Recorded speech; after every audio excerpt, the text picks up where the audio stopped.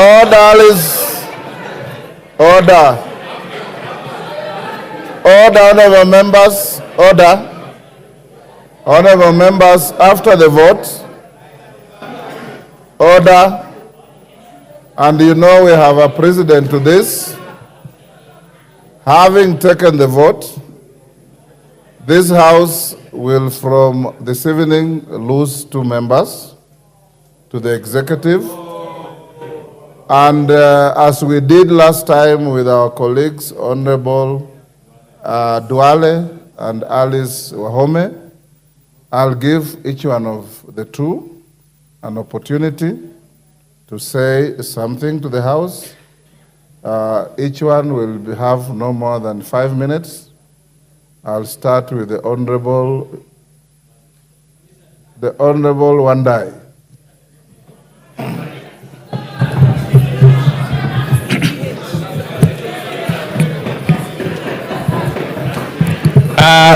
Thank you very much, the Honorable Speaker. Honorable members, allow me, following the communication by the Honorable Speaker, to say a few things as I hand over the instruments of the office of the leader of the minority party to the new office holder. My tenure as the leader of the minority party of the National Assembly in the 13th Parliament under Article 108 of the Constitution has now come to an end. Honorable Speaker, it is important that I do some reflection. For the time I've been in this House, now close to 12 years. Honorable Speaker, let me share with you, honorable members, one of my most epic moments during my service in this House as a legislator. You will recall, I'm sure, that in the 11th Parliament, during my first term, I was actually suspended from the service of this House on the 31st March 2016 for the remainder of the session. Those days up now, sessions used to begin from 1st January to end of December, I think. So I was suspended for the remainder of the session on 31st March 2016.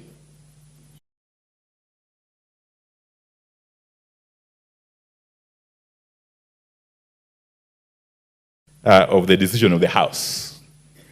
Now, this prompted the House, that's the most important point really here. This prompted the House to re-examine the provisions of our standing orders.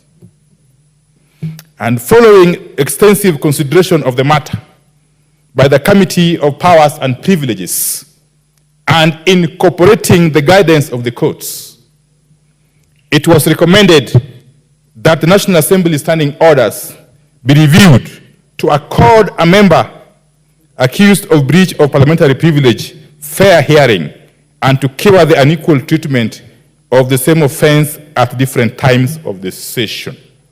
Consequently, a standing order 110B was introduced to provide for an elaborate process for appeal against suspension, and standing order 111 was amended to provide for a maximum period of suspension of 90 days. Therefore, on a positive note, this incident has significantly contributed to the jurisprudence of this august House. Honorable Speaker, for close to 2 years of my service as leader of the minority party in this Parliament, I have continuously championed the minority position on issues under consideration and helped to some extent contribute to the legislative process through open engagement. From time to time and whenever necessary, I have had to consult and strike compromises with the majority party. in the best interest of the public. Indeed, as with any other office holder, during the discharge of their duty, milestones have been achieved. Shoulders have been rubbed, sometimes the wrong way, and challenges have been experienced. Honorable Speaker, I wish to acknowledge the immense support of the parliamentary staff during my approximately 12 years of service in this House. Your office, Mr. Speaker, and that of the clerk, Mr. Samuel Njoroge, have been very instrumental in the legislative process through impartial professional guidance and administrative facilitation. For this, I will forever be truly indebted to these officers and the very hardworking officers. In addition, I wish to appreciate my able staff who work closely with me. I wish them all the best, and I will forever again remain indebted for their support. Asanteni sana.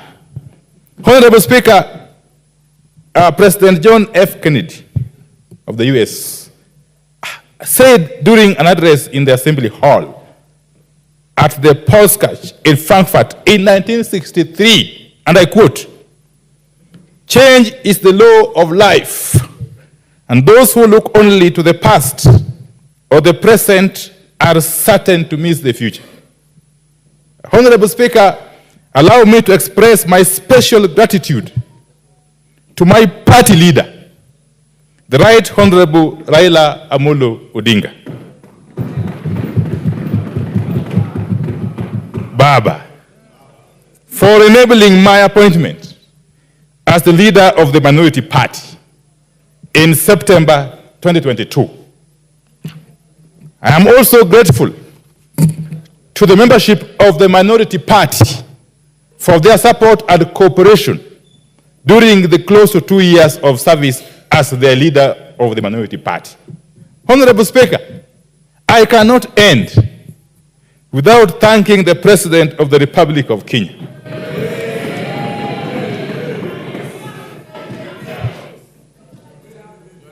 I repeat. Okay.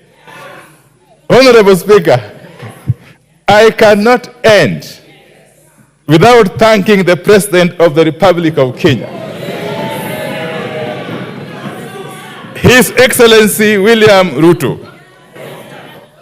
His Excellency Dr. William Samoei Ruto, PhD, for granting me this historic opportunity to serve my country as Cabinet Secretary in the Ministry of Energy and Petroleum. I wish to reiterate, Honorable Speaker, that this country is much bigger than each and every one of us. And we have a duty and obligation to protect and nurture it for the present and future generations. Honorable Speaker, I take this opportunity to congratulate my very able successor, the Honorable Junet Mohammed, MP, as he takes over the office of the leader of the minority party. Honorable Speaker, you will agree with me that Honorable Mohammed, who completes his tenure as the minority party whip today, has with legendary humor and wit effectively discharged his role to the House and to the party. Honorable Mohammed, to you now. This is not an opportunity for you to fill my shoes.